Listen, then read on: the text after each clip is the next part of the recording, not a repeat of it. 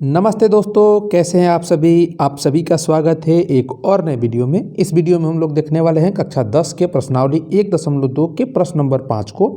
इससे पहले प्रश्न नंबर 4, 3, 1 और 2 इन सभी प्रश्नों को हमने पिछले वीडियो में कवर किया है। तो उसे देखना चाहते हैं तो उसका लिंक आपको डिस्क्रिप्शन में मिल जाएगा या चैनल पर आप जाकर चेक करके उस वीडियो को देख सकते हैं।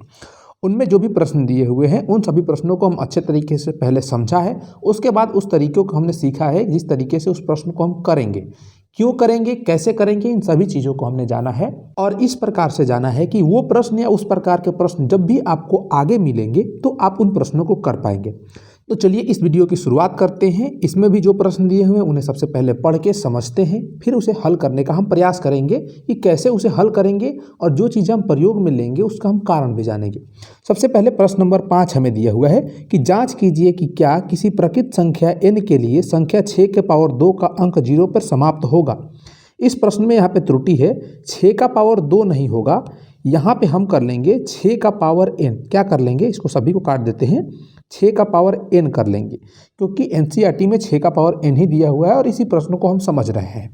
n की जगह पे प्रकृत संख्या कह रहा है तो 2 हो सकता है, लेकिन प्रश्न 6 का पावर n ही है। तो इस प्रश्न का मतलब आपको समझ में आया कि ये प्रश्न क्या कह रहा है। मैं फिर से आपको समझा देता हूँ। एक संख्या दिया हुआ है 6 का घात n, यहाँ पे जो n है ना ये एक प्राकृत संख्या है। क्या है?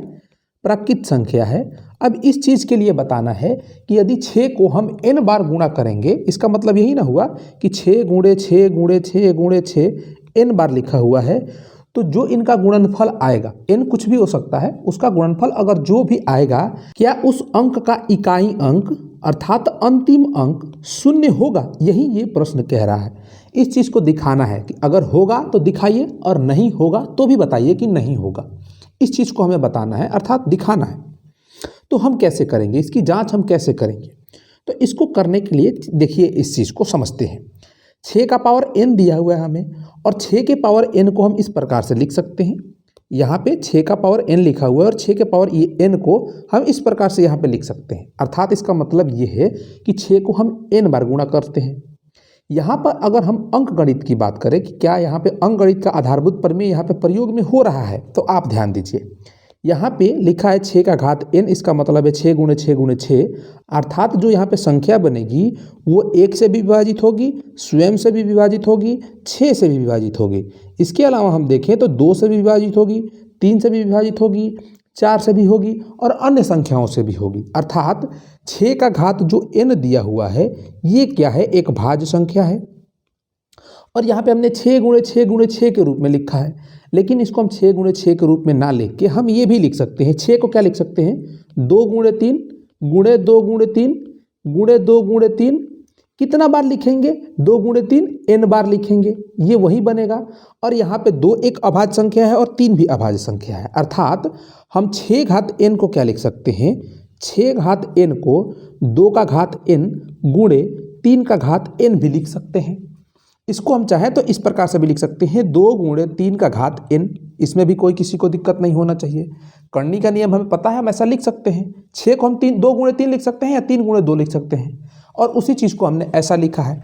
यहाँ पे अगर हम देखेंगे तो 2 कितना बार है, n बार है, और 3 भी कितना बार है, n बार है। अर्थात 2 का घात n गुणे 3 का घात n हम लिख सकते हैं। अब देखिए इस चीज़ को हमने व्यक्त कर दिया इस भाज्य संख्या को अभाज्य गुणनखंडों के रूप में, अभाज्य संख्याओं के गुणनफल के रूप में। ठीक है, कोई दिक्कत नहीं होना चाहिए। अब देखिए, अगर मैं बताऊं आपको, एक बात कहूं कि एक संख्या लीजिए जिसके इकाई स्थान पे 0 हो, जैसे कि हम एक 10 ले लेते हैं या 120 ले लेते हैं या 130 ले लेते हैं, या कुछ भी एक संख्या ले लीजिए जिसके इकाई स्थान पे क्या हो, 0 हो। अगर इस संख्या को देखें, जैसे हम पहले 10 को देखते हैं, तो 10 को हम क्या कर सकते हैं, हम लिखेंगे जब इसका अभाज्य गुणनखंड तो क्या आएगा, 2 गुणे 5 आएगा। 10 क्या है, एक भाज्य संख्या है। इसी प्रकार से 120 को लिखेंगे तो ये क्या आएगा, 2 गुणे 2 गुणे 3 गुणे 2 गुणे 5 आएगा। 130 को लिखेंगे तो क्या आएगा, 2 गुणे 5 गुणे 13 आएगा। इसका 130 को इस प्रकार से हम लिख सकते हैं। अर्थात आप क्या ध्यान दे रहे हैं यहाँ पे, कि हम ध्यान ये दे रहे हैं कि एक ऐसी संख्या जिसके इकाई स्थान पे 0 है, उसका अगर हम अभाज्य गुणनखंड करें तो उसके अभाज्य गुणनखंड में 2 और 5 आएंगे, 2 और 5 आएंगे, 2 और 5 आएंगे। या तो 2 या 5, ऐसा नहीं, 2 और 5 दोनों आएगा। अगर हम 6 घात n की बात करें तो इसमें तो 2 शामिल है लेकिन 5 शामिल नहीं है। अर्थात हम ये कहेंगे कि 6 का घात n है, इसको अगर हम गुणा करके लिखेंगे, इसका गुणनफल जो आएगा ये शून्य पे समाप्त नहीं होगा। इस बात को समझ गए? ठीक है। किसी ने कहा ठीक है हम समझ गए। कुछ बच्चों का कुछ प्रश्न हो सकता है। मैं एक चीज़ आपको और समझाता हूँ। अगर मैं कहूँ कि ये 6 के घात n को मैं लिखूँ n बराबर 3 या n बराबर 2 या n बराबर 5, कुछ एक प्राकृत संख्या ले लेते हैं। सबसे अच्छा रहेगा कि हम क्या ले लेते हैं, 6 के घात n को हम 5 के बराबर ले लेते हैं। तो इसको हम क्या लिखेंगे, 6 गुणे 6 गुणे 6 गुणे 6 गुणे 6, 5 बार लिखेंगे। यहाँ पे 6 रहेगा, 5 ही नहीं रहेगा, ठीक है, 5 बार लिखेंगे। अब देखिए 6 का गुणा जब 6 से करेंगे तो कितना आएगा। चलिए इस चीज़ को हम अगले पेज पे लेके चलते हैं। यहाँ पे देखते हैं, हमने 6 का घात 5 को क्या लिखा है, 6 गुणे 6 गुणे 6 गुणे 6 गुणे 6 लिखा है 5 बार। अब देखिए यहाँ पे इन दो 6 को हम गुणा कर रहे हैं तो क्या आएगा, 36 आएगा। 36 में अगर अगले 6 से हम गुणा करें इस चीज़ को, तो 6 से गुणा करेंगे तो इसके इकाई स्थान पे आएगा 6 का 36 के 6, हाथ में 3, छतरी 18 3 21 यानी कि 216 आएगा। इसके इकाई स्थान पे 6 आ रहा है। फिर इसमें हम इस 6 से गुणा करेंगे तो क्या आएगा, ये आएगा 6 का 36 के 6, हाथ में 3, 6 3 9 और 6 दूना का 12 यानी कि 1296 आएगा। इसके भी इकाई स्थान पे क्या आ रहा है, 6 ही आ रहा है। अर्थात हम ये कह सकते हैं कि आप कितना भी 6 ले लीजिए, आप 5 लीजिए, 10 लीजिए या n 6 ले लीजिए, जब सबको आपस में गुणा करेंगे वो जो गुणनफल आएगा उसका इकाई स्थान क्या होगा, इकाई स्थान पे हमेशा क्या रहेगा, 6 रहेगा। अर्थात यहाँ पे भी हम ये कह सकते हैं कि जो 6 का घात n है यह कभी भी शून्य पर समाप्त नहीं होगा। इस बात को हम यहाँ पे लिख सकते हैं और कह सकते हैं कि अतः 6 का घात n कभी भी शून्य पे समाप्त नहीं होगा। या हम क्या कह सकते हैं, इस बात पे ध्यान दें, इस चीज़ को हम मिटाते हैं और यहाँ पे हम ये लिख सकते हैं कि यदि, क्या लिख सकते हैं, यदि 6 का घात n शून्य पर समाप्त होगा, शून्य पर समाप्त होगा तो इसका अभाज्य गुणनखंड, इसके अभाज्य गुणनखंड में क्या, अभाज्य गुणनखंड में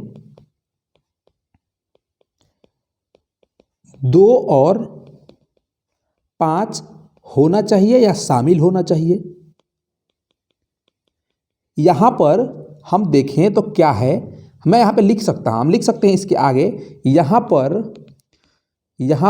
6 के घात n के अभाज्य गुणनखंड में, किस चीज़ में, अभाज्य गुणनखंड में 2 तो शामिल है, 2 तो शामिल है, परंतु 5 क्या, 5 शामिल नहीं है।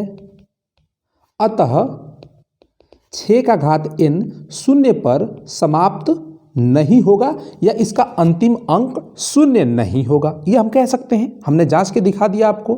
पहला कारण क्या समझा, देखिए पहला कारण हमने ये समझा कि जो 6 का घात n लिखा हुआ है, 6 के घात n को हम इस रूप में व्यक्त कर सकते हैं, जिसको हम लिख देंगे 6 का घात n बराबर 2 का घात n और 3 का घात n।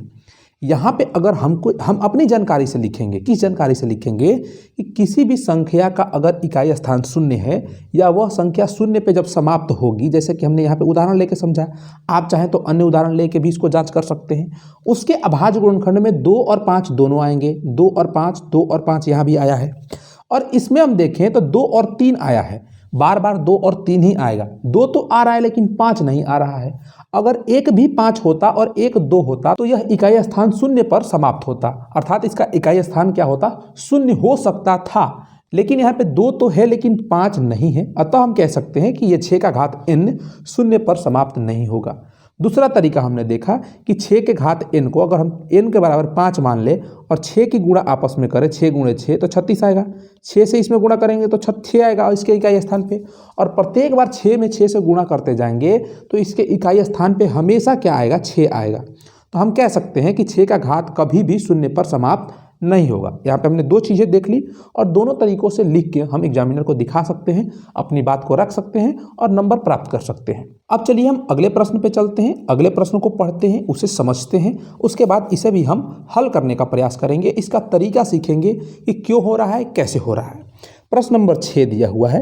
प्रश्न नंबर 6 है कि जांच कीजिए कि 7 गुणे 11 गुणे 13 प्लस 13 और 7 गुणे 6 गुणे 5 गुणे 4 गुणे 3 गुणे 2 गुणे 1 प्लस 5 भाज्य संख्या क्यों है।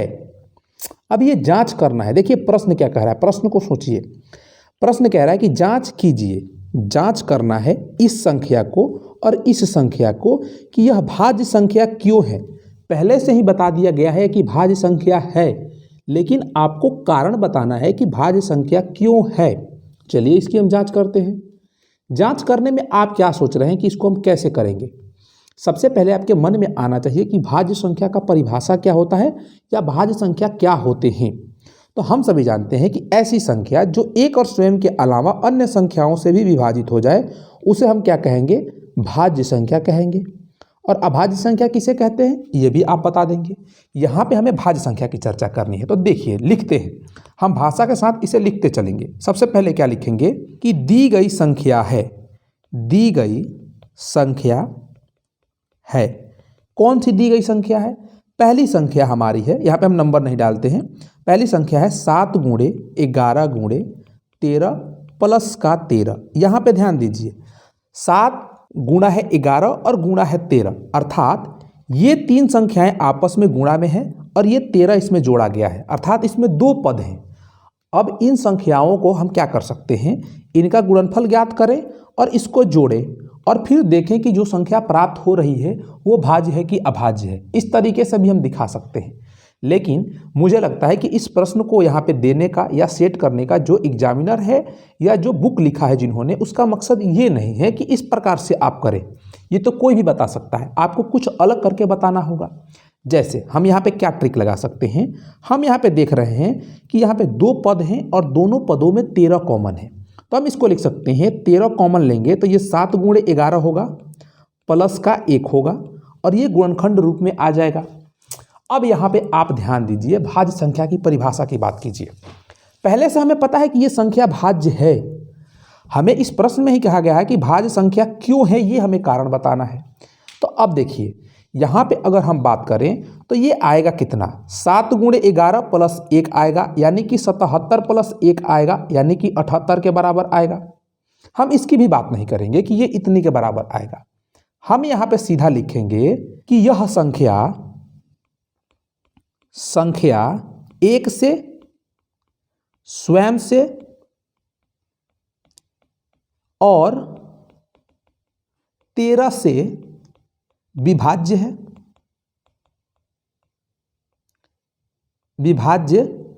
है, अतः यह क्या है, भाज्य संख्या है। अब बताइए कि इस बात में आपको कोई दिक्कत है क्या? अगर दिक्कत है तो कमेंट करके मुझसे पूछिए, या कमेंट करने के अलावा मुझे आप व्हाट्सएप पर भी अपने प्रश्नों को पूछ सकते हैं। आपको डिस्क्रिप्शन में व्हाट्सएप नंबर मिल जाए या डिस्प्ले पे कहीं आपको दिखेगा, उस पर आप मुझसे कांटेक्ट कर सकते हैं। अब बताइए आपको कहीं दिक्कत है क्या? यहाँ पे हम 13 के साथ साथ इसके गुणनफल यानी कि 78 को भी हम लिख सकते हैं कि ये 78 से भी विभाज्य है। अगर हम 78 की बात करें तो 78 2 से भी कट रहा है, तो 2 से भी कह देंगे, 3 से भी कटेगा तो 3 से भी कह देंगे, 6 से भी कट सकता है तो 6 से भी कह देंगे। लेकिन हम केवल इतना ही कह सकते हैं कि एक और स्वयं के अलावा एक अन्य संख्या 13 से अगर कट रहा है, अर्थात यह संख्या जो दिया हुआ है भाज्य संख्या है। इसी प्रकार से हम इस संख्या की बात करते हैं, हमें गुणनफल करके उसका फिर उसमें वो संख्या 13 जोड़ के या जो भी संख्या दी हुई है उसको जोड़ के हमें नहीं बताना है। ऐसे तो लंबी प्रक्रिया हो गई ना भाई। आप इसको क्या करो कि इन सभी को आपस में गुणा करो, फिर उसमें 13 जोड़ो, जो गुणनफल आएगा उसमें 2 से आप भाग दो, फिर 3 से भाग दो, फिर 5 से भाग दो, फिर 7 से भाग दो और दिखाओ कि ये अन्य संख्याओं से कट रही है। तो ये लंबी प्रक्रिया हो गई। हमें एकदम तुरंत दिखा देना है 2 स्टेप में कि ये एक भाज्य संख्या है। कैसे है हमने दिखा दिया, समझ गए। इसी प्रकार से हम दूसरे प्रश्न को भी दिखाएंगे। अगर किसी को दिक्कत हो रहा है तो मैं फिर से बता दे रहा हूँ। हमने सबसे पहले लिखा कि दी गई जो हमारी संख्या है, पहली संख्या क्या दी हुई है, 7 गुणे 11 गुणे 13 प्लस का 13, ये संख्या दी हुई है। इन दोनों संख्याओं को अगर हम गौर से देखें तो इन दोनों में 13 कॉमन है। यहाँ पे 2 पद बन रहे हैं, दोनों पदों में 13 कॉमन है। 13 कॉमन लेंगे तो 7 गुणे 11 बचेगा और प्लस का 13 में से कॉमन लेंगे कुछ तो क्या बचेगा, 1 बचेगा। 13 में से अगर हम इसको घटाएंगे 13 से तो क्या बचेगा, 1 बचेगा। कॉमन का मतलब यही हुआ कि उसको ले रहे हैं या भाग दे रहे हैं या उसको बाहर लिख रहे हैं, तो इसको हम इस प्रकार से लिख सकते हैं। अब देखिए कि ये संख्या 13 गुणे ये बन रही है। जो भी संख्या है 13 से भी कटेगी, इस संख्या से भी कटेगी, 1 से तो कटेगी कटेगी और स्वयं से भी कटेगी। तो हमने ये लिख दिया कि यह संख्या जो हमें दी गई है 1 से भी कट रही है, स्वयं से भी कट रही है और 13 से भी कट रही है, अर्थात विभाज्य है। तो यह संख्या क्या हो गई, भाज्य संख्या कहलाएगी। अब आप बताइए इस संख्या के बारे में आप क्या सोचते हैं। जो हमें संख्या दी हुई है 7 गुणे 6 गुणे 5 गुणे 4 गुणे 3 गुणे 2 गुणे 1 प्लस का 5 दिया हुआ है। इस संख्या में देखें तो इसमें भी 2 पद हैं और इन दोनों पदों में 5 कॉमन है। तो हम लिख सकते हैं 7 गुणे 6 गुणे 4 गुणे 3 गुणे 2 गुणे 1 प्लस का 1। अब देखिए इसको गुणा करके भी आप एक संख्या बना सकते हैं, फिर इसमें आप गुणा कर सकते हैं। लेकिन यहाँ पे देखें तो ये 5 तो एक अभाज्य संख्या है। अभाज्य संख्याओं के रूप में ही व्यक्त करके हम बताएंगे ना कि ये भाज्य संख्या है कि नहीं संख्या है। यहाँ पे हम यह लिख सकते हैं कि दी गई संख्या देखिए, मैं दोनों जगहों पर आप एक ही भाषा का प्रयोग करिएगा। यहाँ पे मैंने लिखा यह संख्या, यहाँ पे मैं लिख रहा हूँ दी गई संख्या।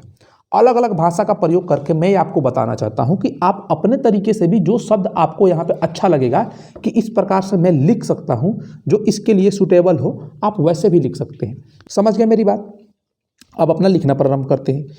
यह संख्या 1 से, स्वयं से और 5 से विभाज्य है, अतः दी गई संख्या भाज्य संख्या है। भाज्य संख्या है। कौन सी संख्या, ये वाली संख्या भाज्य संख्या है। हमने दर्शा दिया और बता दिया कि यह भाज्य संख्या क्यों है, क्योंकि हम सभी बेसिक चीज़ जानते हैं कि भाज्य संख्या का परिभाषा क्या होता है, किसे कहते हैं हम भाज्य संख्या। तो एक संख्या कोई भी वैसी संख्या जो एक और स्वयं के अलावा किसी अन्य संख्या से विभाजित हो उसे हम भाज्य संख्या कहेंगे। और इस चीज़ को हमने दिखा दिया कि यह संख्या 1 से तो विभाजित हो रही है, स्वयं से भी हो रही है और 5 से भी हो रही है। यहाँ पे अगर हम दिखाना चाहें तो ये 5 के अलावा इस संख्या से भी विभाजित होगी। यदि यह संख्या एक भाज्य संख्या बने तो ये जिन जिन संख्याओं से विभाजित होगी उन संख्याओं से भी ये संख्या विभाजित होगी। तो हम दिखा सकते हैं ऐसा। कोई दिक्कत होगा तो आप कमेंट में अपना प्रश्न डालिएगा, मैं जरूर आपका जवाब दूंगा। चलिए अगले प्रश्न पे बढ़ते हैं और अगले प्रश्न को देखते हैं। अगला प्रश्न 7 नंबर लंबा प्रश्न देख रहा है आपको। सबसे पहले पढ़ के समझिए ये प्रश्न क्या कह रहा है, उसके बाद इसका आंसर दीजिएगा। प्रश्न को पढ़ते हैं। प्रश्न नंबर 7, किसी खेल के मैदान के चारों ओर एक वृत्ताकार पथ है। इस मैदान का एक चक्कर लगाने में सोनिया को 18 मिनट लगते हैं, जबकि इसी मैदान का एक चक्कर लगाने में रवि को 12 मिनट लगते हैं। मान लीजिए कि वे दोनों एक ही स्थान से एक ही समय पर चलना प्रारंभ करके एक ही दिशा में चलते हैं, तो कितने समय बाद वे पुनः प्रारंभिक स्थान पर मिलेंगे। प्रश्न को समझा आपने? मैं समझाता हूँ, अगर नहीं समझा तो समझ गए तो बहुत अच्छी बात है। अपने लिए इस वीडियो को एक लाइक दे दीजिए। और चलिए जो लोग नहीं समझे उसको मैं फिर से समझाता हूँ, समझ में आ जाए तो आप भी वीडियो को लाइक कर दीजिएगा। पहला चीज़ देखिए, एक मैदान है, क्या है, एक यहाँ पे एक क्या है, वृत्ताकार मैदान है। ये हमारा वृत्ताकार मैदान हो गया। इस मैदान पर एक लड़की है, क्या है, सोनिया है। और ये मान लेते हैं कि इस स्थान से ये चक्कर लगाना प्रारंभ करती है इस वृत्त की, इस पाथ की। तो इसको समय कितना लगता है, सोनिया को समय लगता है 18 मिनट। 18 मिनट में ये पूरा चक्कर यहाँ से घूमते घूमते आके यहाँ पे पहुँच जाती है 18 मिनट में। एक लड़का क्या है, रवि नाम का है, ये भी इसी स्थान से या किसी अन्य स्थान से इस मैदान का चक्कर लगाता है इस पथ पे। ये जब घूमना प्रारंभ करता है तो ये पूरा घूमना प्रारंभ कर लेता है 12 मिनट में। इसको कितना समय लगता है, 12 मिनट लगता है। तो अब आपसे पूछा जा रहा है, यदि ये दोनों, इन दोनों को क्या किया जाए कि इस स्थान पे लाके खड़ा कर दिया जाए, इन स्थान पे दोनों को, ये हो गया रवि और ये हो गई सोनिया, दोनों को एक स्थान पे खड़ा कर दिया गया। समय देखा गया और इन दोनों को एक ही समय पे रवाना किया गया दौड़ने के लिए। दोनों को जब दोनों दौड़ना प्रारंभ करते हैं और एक ही दिशा में प्रारंभ किया गया है इन दोनों को दौड़ाना, तो आप बताइए कि ये दोनों एक स्थान पे जब एक दूसरे से मिलेंगे, पहला तो यहाँ पे मिलेंगे और दूसरा कब मिलेंगे। अब ये बात आएगी कि दोनों अलग अलग कैसे हो जाएंगे। अलग अलग इस बात से हो जाएंगे क्योंकि एक को समय लग रहा है 18 मिनट, एक को लग रहा है 12 मिनट। अर्थात रवि तेज दौड़ रहा है, तो जब दौड़ना प्रारंभ करेगा तो ये सोनिया से आगे निकल जाएगा। तो इससे पहले अर्थात 6 मिनट पहले एक चक्कर लगा लेगा, फिर वो दूसरा चक्कर के लिए रवाना हो जाएगा। जब 6 मिनट पूरा होगा 12 के बाद, तब सोनिया अपना प्रारंभिक स्थान पे पहुंचेगी। जब फिर रवि 12 मिनट में यहाँ पे पहुंच जाएगा तो सोनिया दूसरी बार चक्कर लगाना शुरू करेगी। फिर रवि जब दूसरी बार यहाँ पे पहुंच जाएगा तो सोनिया 6 मिनट में यहाँ पे कहीं पहुंचेगी। तो बताइए कि दोनों जहाँ मिलेंगे, एक बार ऐसा आएगा ना कि रवि इसका बराबरी कर लेगा, ये पीछे रहेगी तो इसका बराबरी कर लेगा, तो वो कौन सा समय होगा, कितना समय बाद ये दोनों आपस में मिलेंगे। तो इस चीज़ को ज्ञात करने के लिए इन दोनों का क्या ज्ञात करना पड़ेगा, एलसीएम ज्ञात करना पड़ेगा। किसका, 18 का और 12 का। तो हम लिख देंगे यहाँ पे भाषा के साथ अगर लिखना चाहे तो हम लिखेंगे कि सोनिया द्वारा वृत्ताकार मैदान को या मैदान का एक चक्कर लगाने में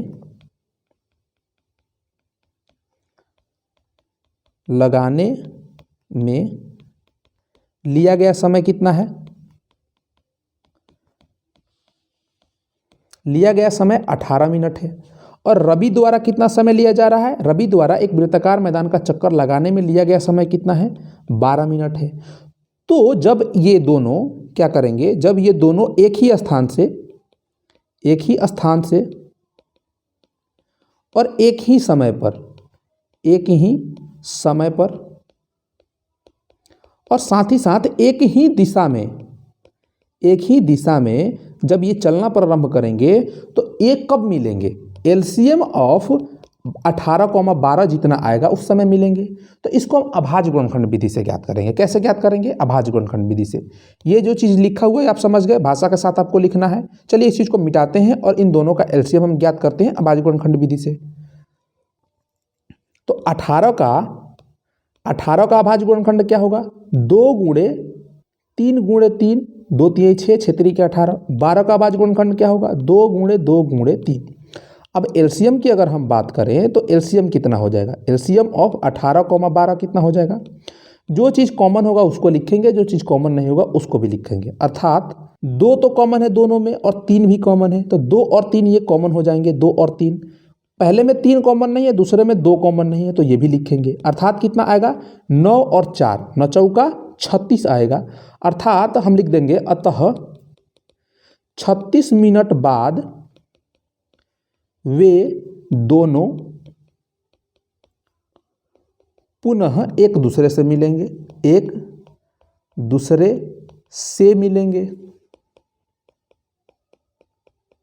ठीक है, समझ गए। ये प्रश्न हो गया, ये प्रश्नावली का अंतिम प्रश्न है। इस प्रश्न को भी हमने समझ लिया। अगर कोई दिक्कत हो तो आप कमेंट बॉक्स में लिखेंगे या मुझसे व्हाट्सएप पर पूछेंगे।